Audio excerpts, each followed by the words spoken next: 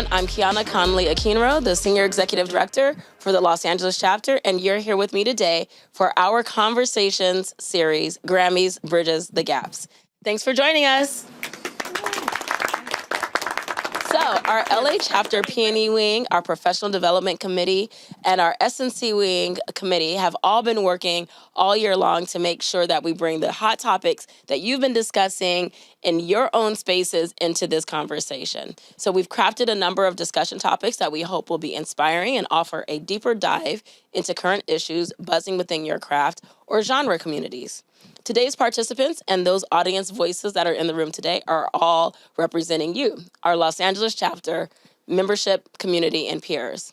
We have with us some Grammy nominees, Grammy Award winners, new members of the classes of 2023 and before, Los Angeles chapter board leaders, our next alumni, and even our Grammy U members. Everyone from the family is here, and we are hoping that we get to have a hearty conversation to show you everything that we love and appreciate about our membership. So if whether you're a music business giant or a beloved indie creator, you're welcome and you're home. Today's conversation, again, is about our music community. It's built on discussion that's mirroring what you've been talking about in your studios or at your lunch meetings or the compelling social media conversations we've all been observing. It's brought to you in this forum where anyone in our Grammy family can have an impactful voice. So we're encouraging those that are in our live member audience to share also their knowledgeable perspective, to be a part of the bridge of our community, and to engage our music business locally and beyond.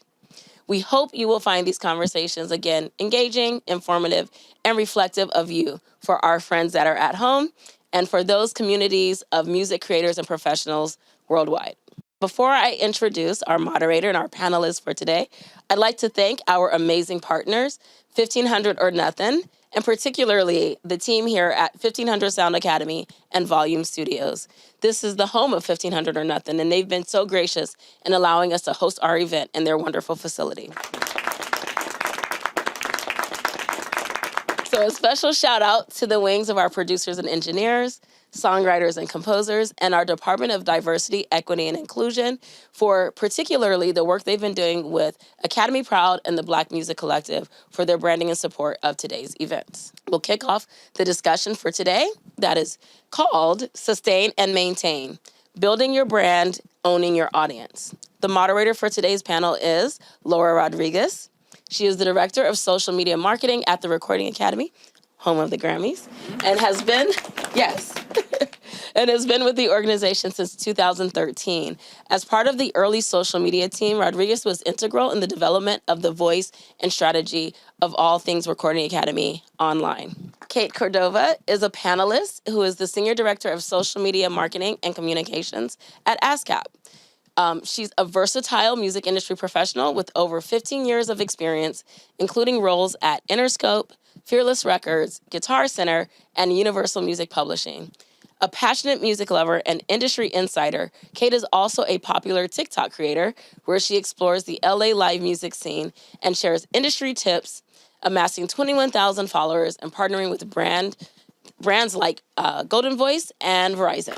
Also on our panel today, we have Duran Bernard, who is an award-winning and accomplished singer, songwriter, and producer. With a sound that has been coined as gangster musical theater by Queen Herbie, Duran Bernard is one part Little Richard, one part Rick James, plus a heavy dash of powerhouse vocals and witty lyrical storytelling. Thank you, Duran. Also on our panel today is Shannon Herbert. She works at the intersection of music and technology. In her current role as the head of artist strategy and business development of music at a fan engagement platform called Campaign, she partners with some of the biggest artists and creators to build compelling loyalty programs that reward fans and sustain artists. Thank you, Shannon. And last but not least, on our panel, we also have Walter Jones, who is the Executive Vice President, Head of A&R for Sony Music Publishing. He advances the company's U.S. A&R efforts and expands supporting both the emerging and established songwriters.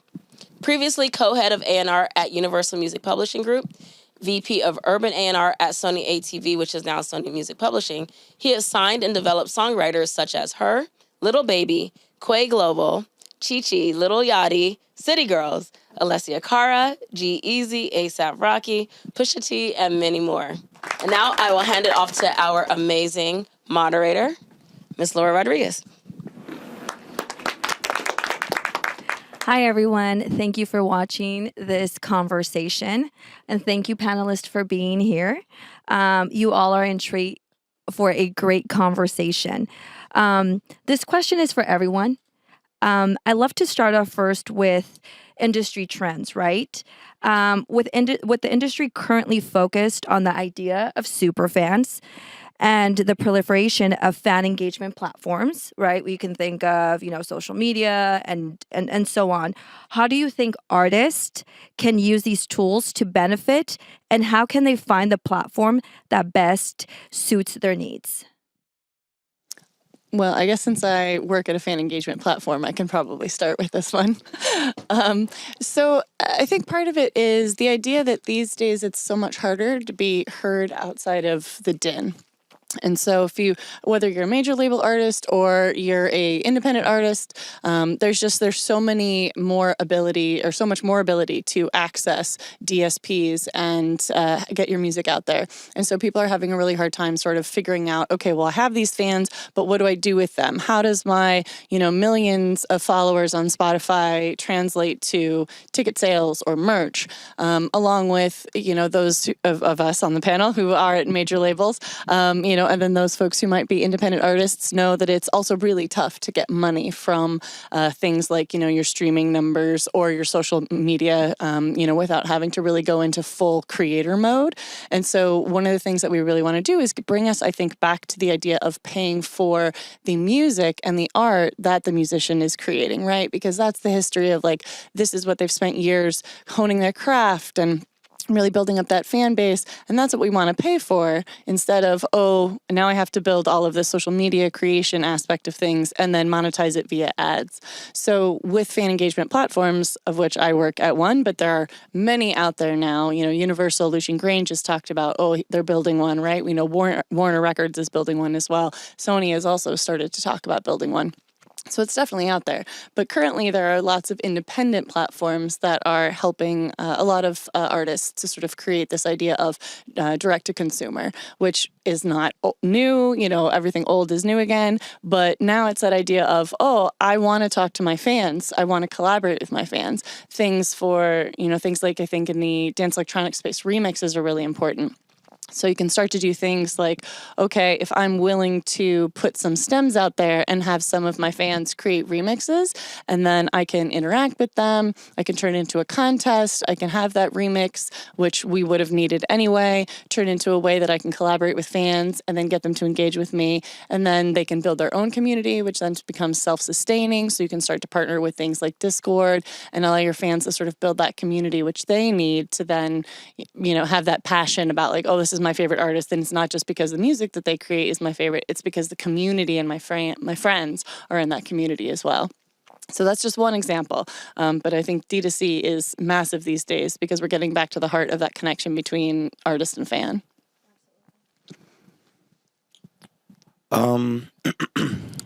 Please forgive me if I'm yawning. I am severely jet lagged. A 27-hour journey up in the air coming from Bali will do something to you. But we're here, so thank you for having me.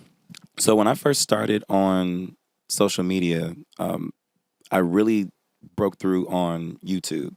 I first started out on MySpace, but eventually navigated over there. And for me, it's just the consistency of the content that you put out. So that way, when things like this happen, where we're putting out new projects, or I just happen to appear on Tiny Desk, it wasn't because I just popped out of nowhere. It's because I've been consistently putting content out and engaging. And you don't know what's going to go viral. You don't know what's going to stick. A lot of times, it's been the thing that I put the least amount of effort into that ends up going viral, where I just press record and just do it. No editing, no trying to fix anything up. And we just put it out there. So it's important to just make sure that you have content out there, as well as engaging with fans, because a lot of times I would do skits, I would do covers, I would do blogs, I would do reviews. So I gave people multiple things that they can choose from. So if there are people that weren't really, crazy about the music, but they really like the reviews, or they like the reviews, or they like the singing, but not the reviews. So it just gives them something to be able to pick from. So having variety and being versatile in your content will also help a lot. So, Yeah. And I would say, nowadays, being an up and coming music creator, or you're now expected to also be a content creator. And that takes on a whole new world, as you said yourself. It's a job. Yeah, it is a job. It's my job. But also, musicians and music creators should be able to focus on their craft. But I think, one of the big things that always comes up is like, okay, so I'm a music creator. I want to get my music out there. Which platform should I be on? Should I be on everything? Should I do this? Should I do that? Also, I'm tired. Like, I just want to make my music. Why do I have to be an entertainer too? And I think that, what I always say to people that are in that kind of space is like what you're saying, like try the different platforms, see which one works for you, stick to 1, 2, and go from there on where you see, like you just said, I for myself as well, like I've had stuff go super viral that I didn't put a lot of effort into, but it stuck with somebody.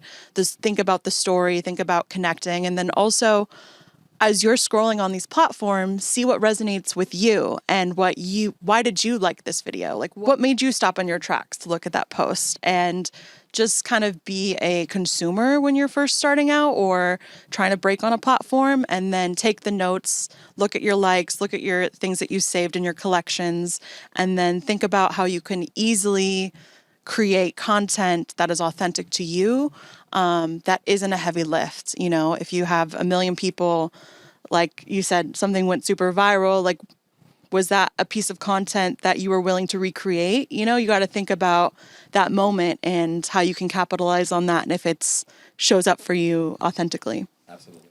Yeah. I agree. I think, for me, when I'm looking for songwriters or music producers, SoundCloud and YouTube, it really resonates with me as a music publisher. But I think a platform that's authentic to the songwriter, to the artist, is always best. You kind of get a feel for it. I think when you get to see a songwriter or a producer do things live, you really get a good feel for what it is that their capabilities are, how they might work in the room with other people. But I think it's like you said, whatever's authentic to. For me, I see everybody's a content creator, but for me, I'm looking specifically for songwriters and producers, and whatever platforms are authentic to them. It's always best, for discovery. He's looking for something unique. That part for sure. So kind of staying in that realm, obviously technology continues to evolve, and it wasn't what it was 10 years ago, 5 years ago, let alone a year ago, maybe months ago, right? So we live in a world, again, where technology shifts. And so anyone can create a piece of music from any prompt, potentially in the style or voice of any current artist. You all know, I think, where I'm going with this, and then distribute that to music. To that music through, DSPs. So how do you think this will affect fandoms? In addition to, do you see consumer behavior being influenced on a broader scale because of this, such as live shows, attendance, physical products, sales, merch, you name it? So there's Shihan is the name of the poet. He was on the Def Poetry Def Jam some time ago, and he was talking about how tired he is of things and whatnot. And the last thing that he said was, "And sooner or later there won't be any audience, just a bunch of monkeys on stage." And the easier that being able to just create music and put it out has come, you don't have to go through a lot of these hoops. You don't have to get signed. You don't have to know how to sing. You can just, oh, this is an idea, and I can put this out. And while that's cool for some people, it's like once that goes viral, now we're looking at you. It's like, okay, now we need to see you live, and they're not a performer. They're trying to bring that moment, the studio, to the stage, and it does not translate. at all. Like there's no artist development anymore, at least in the way that we needed to. So that is going to, I think for anybody that is looking for new talent, I think they just need to be mindful of, before you get excited about what they're doing and what this was, just check their abilities. Like, just to be sure, I would check the temperature first. Oh yeah, I definitely agree with that. I say that all the time, and I'm someone who works in AI and fan engagement and all that. But I think one of the things we see from an audience perspective is exactly what you were talking about. Is that once you do go viral, or you have a hit, or you have something that connects with somebody, everybody is looking at you, which means now you've got to figure out how to try and do it again, how to build a bigger team out of that, how to connect with those people again. And the reality that we're seeing from, Gen Alpha and Gen Z is that, yes, they do find their new artists through social media platforms, through gaming platforms, through digital means, but they are so much more interested in authenticity because of the pandemic, because of the way that they've grown up, because they have social anxiety. And so a lot of the things that they actually want to see are, even though we may have AI that can help us master something a little bit better than, we could have on our own, they still are like, well, but does that artist speak to me? And so, yeah, I think there are some folks that are like, oh, we've got a virtual artist. I haven't seen any of those virtual artists really connect. I don't know if anybody else has yet.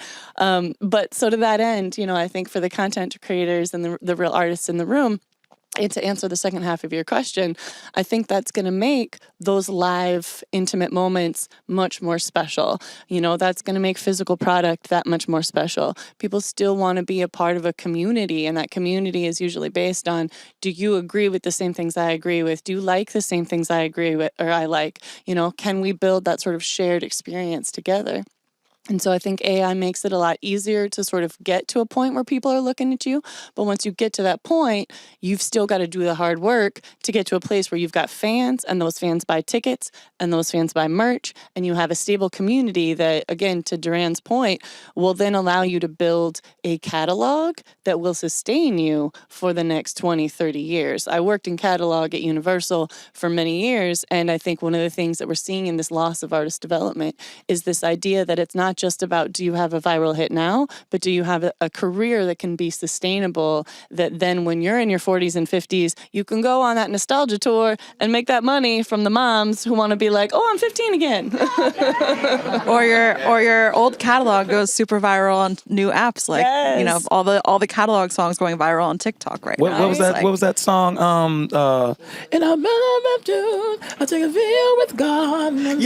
Stranger Things, like it's from the 80s. And Stranger Things. It recharted. Yes, or Miguel, Sure Thing. I mean, that's not that old, but it's That's still the beauty about yeah. music, is it doesn't expire, It doesn't. especially with the way that things are having such resurgence. So staying on the AI topic, obviously, this continues to be a topic of discussion in the music industry, but just in general. And so when we think about AI, we should think about it also too in a way of, how can we utilize AI to help, not only the creator, but also to those who work in music, to then have a space where they can actually create more, right? What are those mundane tasks that AI can do for one? So kind of want to go a little bit more into that. So we'd love to know, like, for those artists who don't have a big team, who are small, how can AI help artists to grow their business outside of just music creation, right? So that means, writing bios, pitching, creating playlists, creating visuals, creating a touring route, anything in that realm. How have you seen just, the music industry utilize AI to their advantage? Yeah. At ASCAP, we're actually doing a lot around AI and what it means for music creators. And we've been holding these AI symposiums, and we had a creator panel with music creators kind of really just asking them how they're using AI. And, a lot of people, like you're saying, they're going into ChatGPT to help them with their social media strategy and their marketing schedule, and kind of just, taking what I said earlier on, like, what do I want to create? And then typing it into AI, like, I'm a music creator and I'm looking to post every Wednesday about my songwriting. What are some topics I should consider? I will say, anytime you're putting something in AI, definitely check their terms and services, and make sure what you're putting in there is safe to you, or maybe very surface level. I think human creation is the priority and first, but you can definitely tap into different tools to just help you get ideas. But at the end of the day, you're the human, and you can take what that spits out and decide whether you like it or not, or want to use it. Oh, yeah, I definitely agree with everything that Kate just mentioned. I mean, we all know that AI can hallucinate sometimes. And so I would absolutely check the work, and also to your point, the terms and services, because you never know. Sometimes they're going to be like, well, you did that, but we own the content. And you're like, since when and why? So you want to make sure that you read those terms of services for any of the AI platforms that you're using, whether it's mixing, mastering, vocals, helping you put something together from stems. So from a music perspective, I think, like Duran kind of mentioned earlier, that it's super helpful for the beginning, but when you don't have a major team, but once you do have a big team, then I think people start to rely less on AI and more on humans, because that's also like what we're all here for, right? Is as a creative industry, we want to relate to each other as humans, and it would be really a lonely road if every artist was just sat in their room making everything with AI, right? So I think they're good tools to help. And then from an executive perspective, I know we're not trying to get rid of assistants, because that's how we build and lift as we climb and build that next generation. But I will say that tour routing with AI is much faster than just doing it yourself. And then also things like, if you're an artist, you can use Groover, to help you kind of get some feedback on playlisting for DSPs and things like that.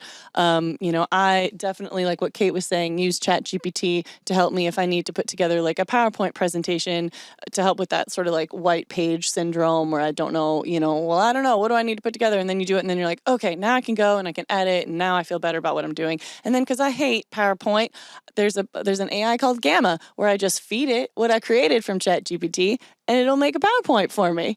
So, AI can really, I think, help from that aspect. But, I think we all are hopeful, right, that we're able to continue to both utilize the human aspect of why we're here, and then use AI as a tool, and not, it's not going to take over anybody's jobs. Yeah, I personally have not used Alice Ingram.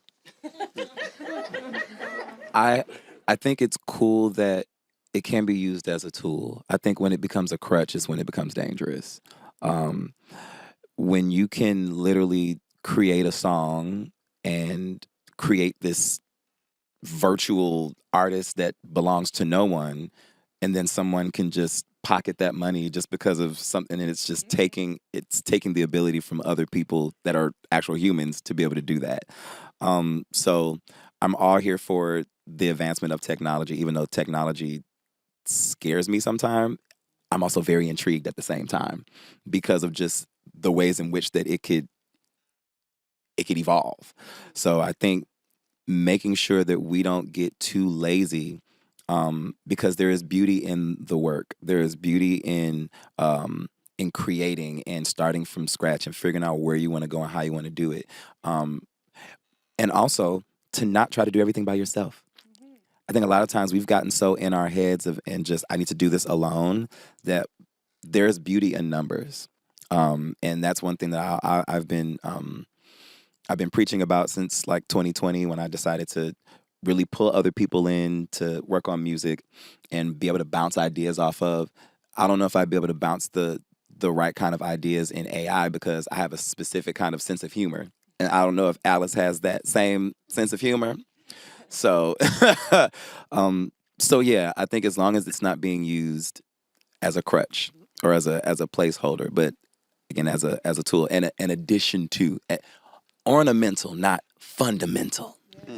I mean, one thing I heard, because I agree with both of you very much so. I mean, I, been in the industry 20 years and have worked directly for artists, was a tour manager, used to be a publicist. So everything I do is in service of artists. But one of the things that a friend of mine said is, they were like, well, that when Damien Albarn created, the biggest hit that the Gorillaz ever had, that beginning beat is just a preset on one of the Casio keyboards. And he showed it to Zane from Apple, and so you can literally watch him be like, look, it's the same thing, and then the idea of like 808s or, the bumper stickers that we still sell at Amoeba that are like drum machines have no soul.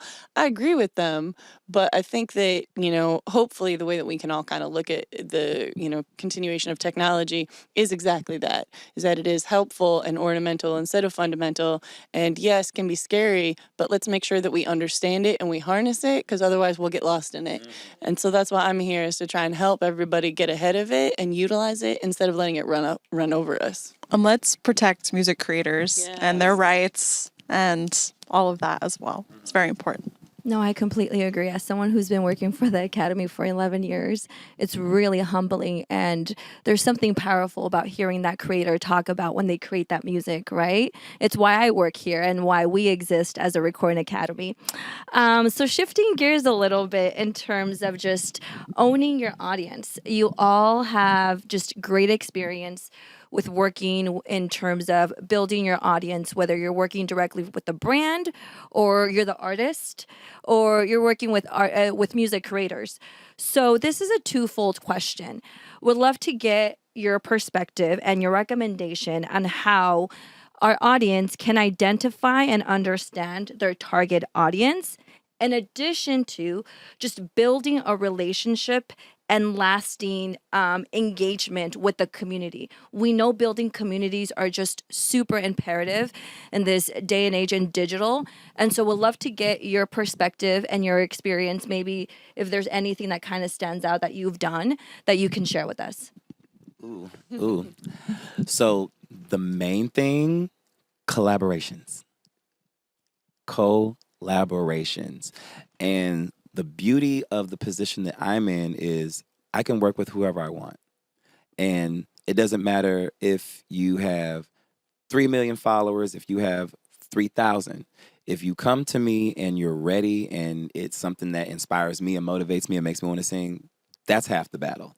So I love that I have that kind of mindset. And I'm actually doing a few different joint projects with other artists just to get some cross promotion going on, just to tap into some different sounds. But definitely, like, that was one of the main things. Even when I was on YouTube, collaborating with other YouTube creators, and just it just builds from there. Just exposing everyone to everyone's audience. That's a key thing for me. I'm like, damn, who are you going to collaborate with? I mean, it's a few of them too. I know. I mean, I agree. I think, Duran is bringing a lot to the table from the artist's perspective. And then, I can sort of take that and say, okay, that's fantastic. So that's two audiences that we have, two fan bases, right? And so now we can kind of cross promote. We can pull that Venn diagram of like, okay, these are Duran's fans. These are this is Queen Herbie's fans. And then we've got that, slice in the middle who like both of them. And now we get, to be able to sort of double that audience and find those folks on both sides that are going to like what you're doing. And within that space, like I kind of was saying earlier, it is a lot of reaching out and giving your audience opportunities to connect with you. Because I think the one thing that we all know, if we're all super fans, right? I know I am, is the idea of wanting to be closer to that fan that, or the artist that represents you, right? Like if you two only knew how much money I'd spent over them over the last 20 years, then maybe I'd get VIP tickets every time I went to one of their shows, right? And that means a lot to a fan. Or like Suki Waterhouse does Zooms where every now and again, she'll get on a Zoom with like 10 of her, top fans and whatnot. And then, that's like the old school idea of like a street team, right? Where we used to bring in fans and we used to have them sort of be proselytizers for us and go out in the world, and then that's organic word of mouth. So, or whether it's merch collabs, right? Like I know Taylor Swift's been doing some of those, but you give that fan both the ability to connect with you in a way they hadn't before and possibly even a new revenue stream for that fan, and then they're going to love you for life. So any way that you can both sort of take some of the pressure off you as an artist and say, great, I don't have any ideas for merch, let my fans do it.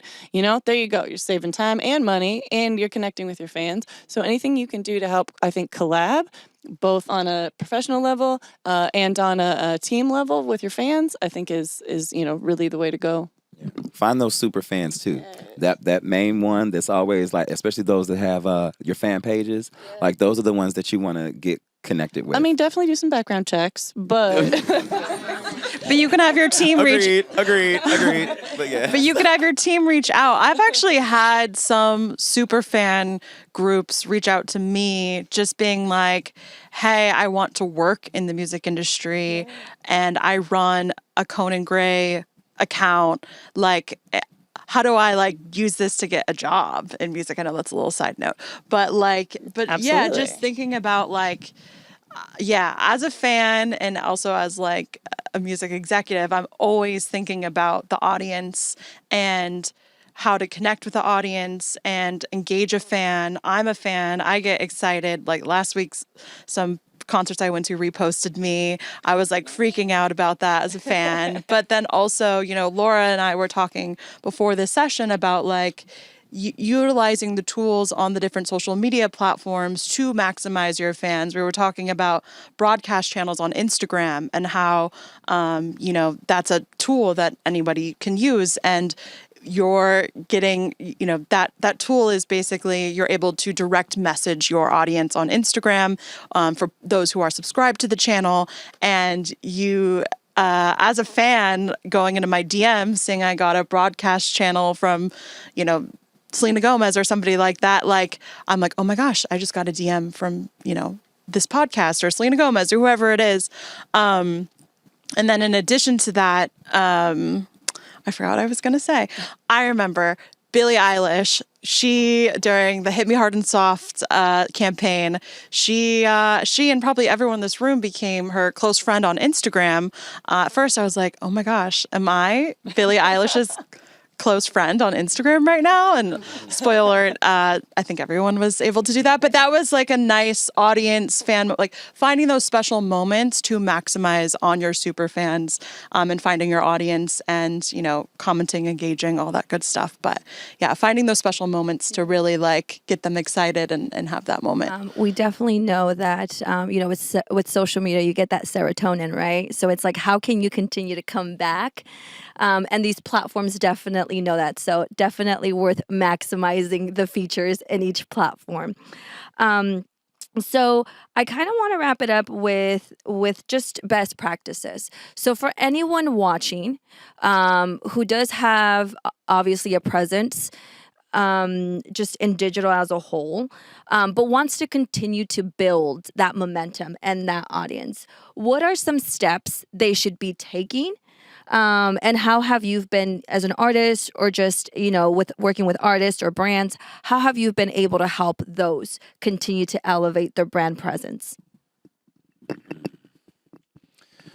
Well, having a team definitely helps.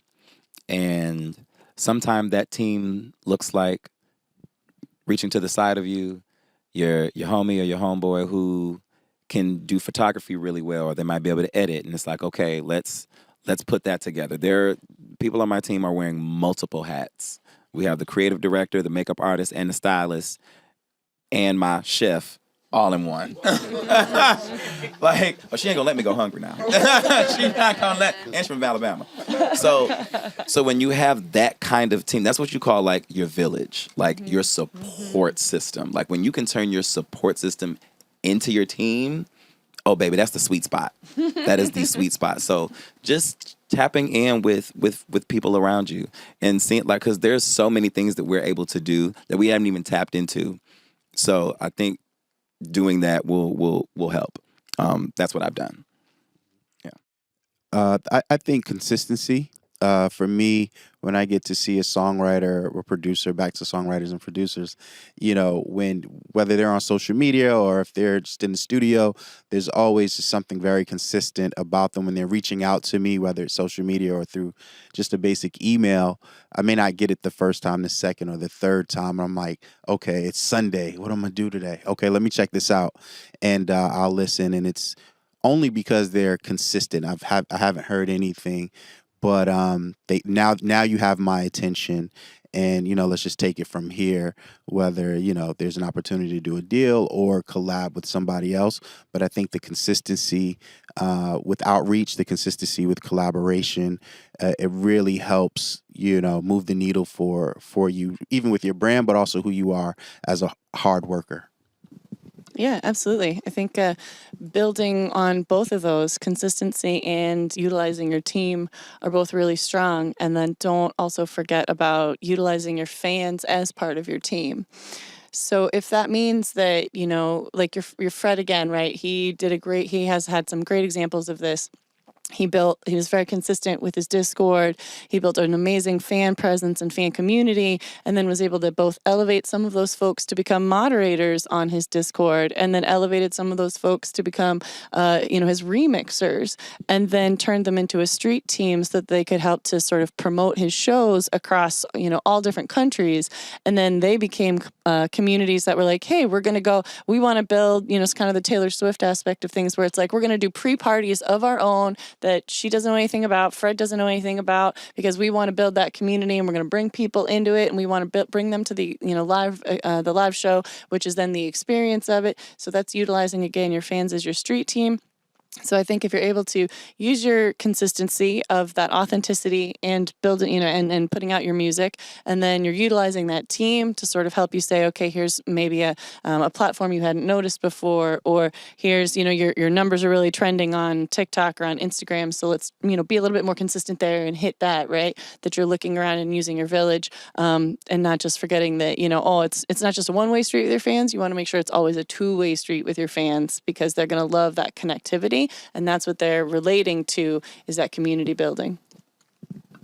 Wow, that was so beautiful. I don't know what else I have to add. I mean, hearing you talk about Fred again just made me think about Chapel Roan, and I'm like obsessed with Chapel Roan, and think that her trajectory has been so fascinating. And to all the things that you all just said, she also was like, I think that she had really key moments to her break right now, which was, doing NPR Tiny Desk, opening for Olivia Rodrigo.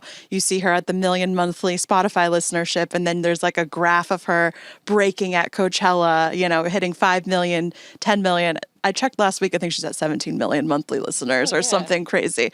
And I think what's really cool and fascinating to watch about her story is that she's also creating community by, she's doing different themes at her concerts. So she was like being like, tonight's Mermaid Night or tonight's Pink Pony Club Night. And so I think she's like coming and dressing up, which is kind of like a Taylor Swift effect in a way, It's like a con plus a live event. Yes. So she's like really like found her audience and has been kind of, just finding key moments in her campaign where she can connect and grow a larger audience, and then kind of bring the audience into her world, whether in the live shows with, doing a theme and all that kind of stuff has been really fun. But yeah, I would just say all the things that you all said: storytelling, team, brand, consistency, engaging with your audience, all of that stuff, super, super important. So now we're going to be taking questions from our audience. Hi, my name is Esther, and I am a Grammy U student. My question is, what are some common trends that you have seen that you would likely avoid when building a brand in the music industry? Boy. Walter, you look like you want to start. Right, Walter. I think, the easiest one, I think the most obvious one to avoid is probably, politics, and religion. I would probably stay away from. But it seems like cross-genre, everything is on the table in terms of building your brand. I think,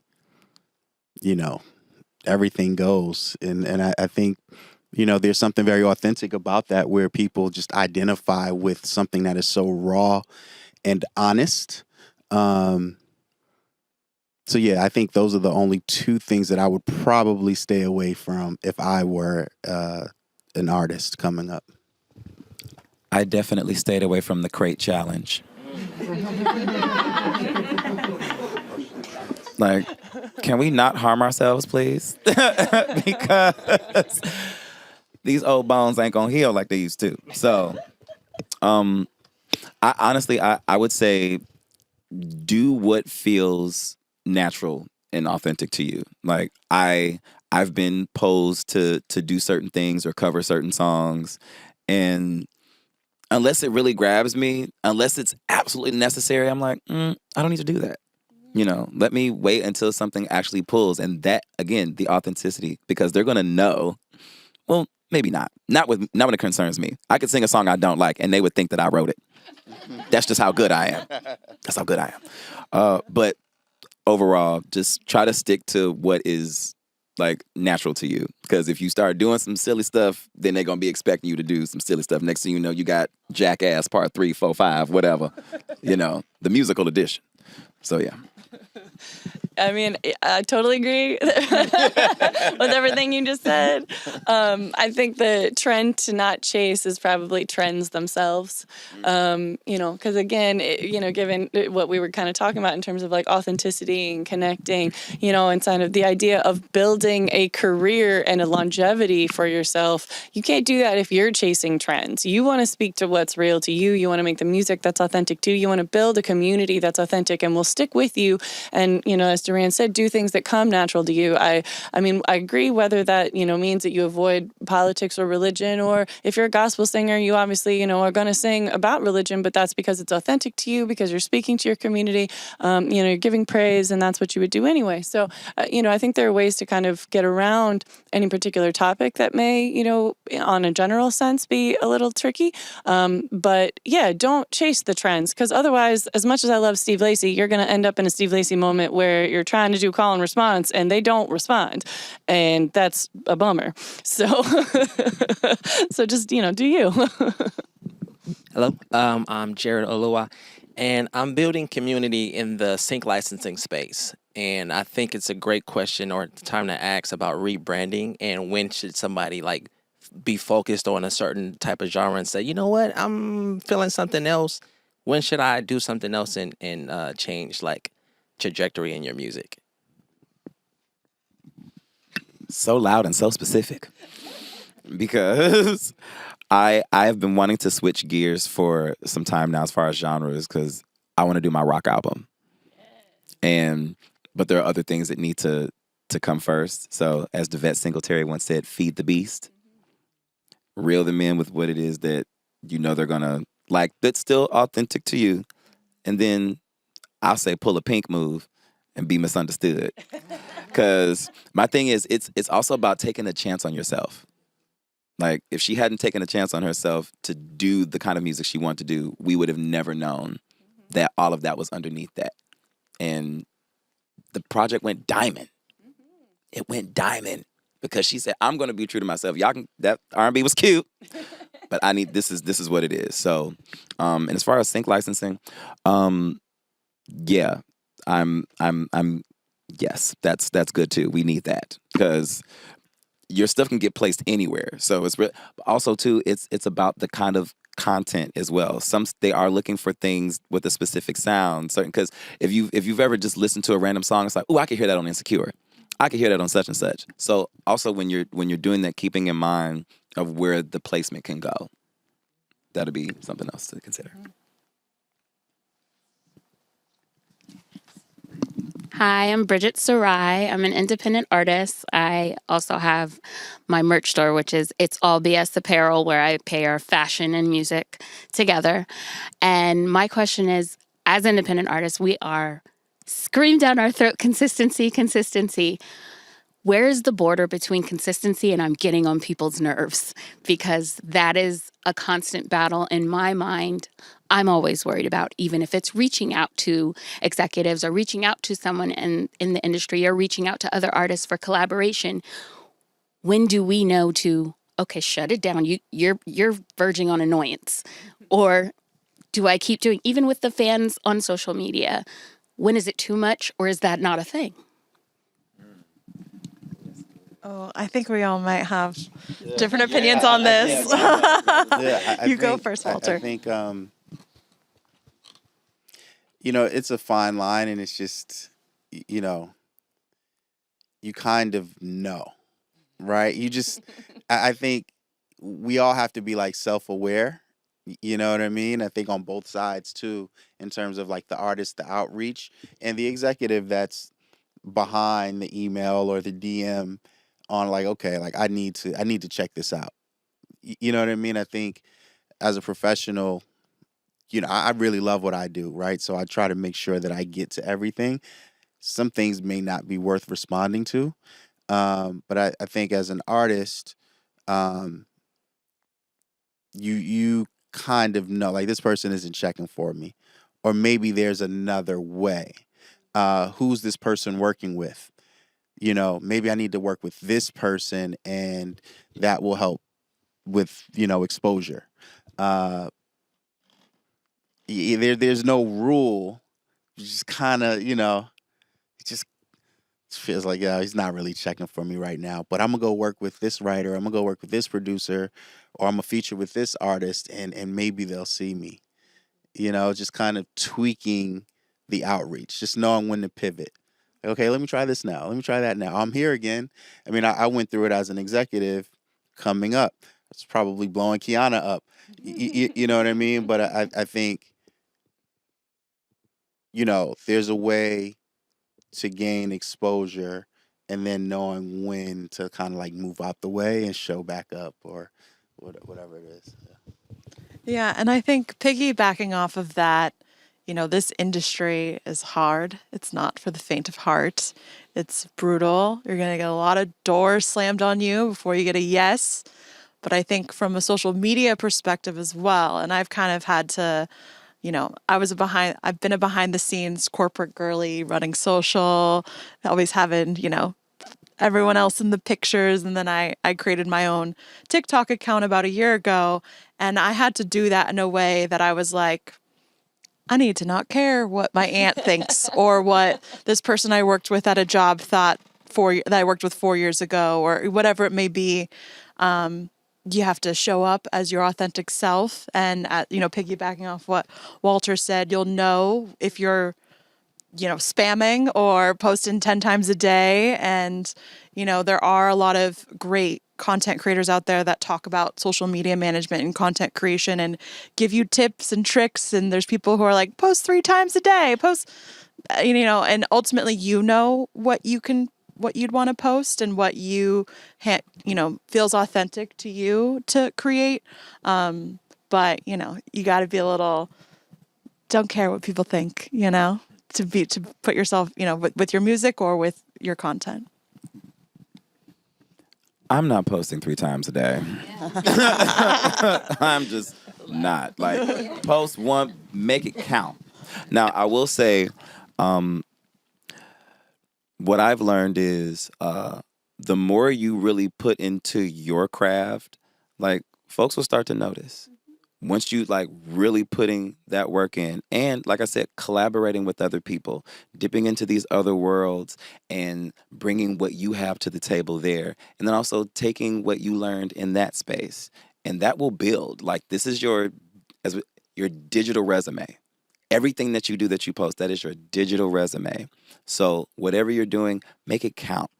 Like if you're going to cover a song, make it yours. Respect the foundation of it, but make it interesting, because there's so many people that can sing. There's so many people that can dance, that can act. But what is it about you that we should stop and give our attention to? So the more I spent time really working on my craft, because the project that garnered this attention from people was my 9th noodle that I threw at the wall. 9 projects. And that was the one that was like, oh, we see. Oh. So just keep putting your content out. And as you work, it should better, it should improve. Surround yourself with people that are better than you. Because you're not going to get any better if you surround yourself with people that you feel that you're better than. And as the quote says, just because you surround yourself with midgets don't make you a giant. So it is important that we allow ourselves to be sharpened. And so when you do that, again, the word will get out. Because there's been people that I've been following for so long, and I would like to collaborate, but again, it's all about timing. It's about timing. And there's a certain level of readiness. Like you can be ready at this level, but at this level, maybe not. So have patience with yourself as well. Because again, we don't know what's going to take off. We don't know what's going to catch people's ears. Next thing I know, Boris Kojo's wife is playing Stuck. And I'm just like, does she even know who I am? But she knows the song. You know what I'm saying? Some people will know your material, but maybe not know you. So it's important to, again, just keep putting your content out there. If I can just build on that just for a little bit, the one thing I would say is from a business perspective, like, this is a relationship industry. You know, I think that's kind of what we've all said to one aspect or another, and exactly what, you know, Durant was just kind of saying from like an artist perspective. Yes, everybody that you work with and that you collab with and everything, but the executives too. Don't forget to like actually care and, you know, go to a show and then get to know who the A&R person was for that, or get to know who the publicist was for that, you know, who is the creative director for a photo shoot for an album that you really liked. You know, we're all in it together.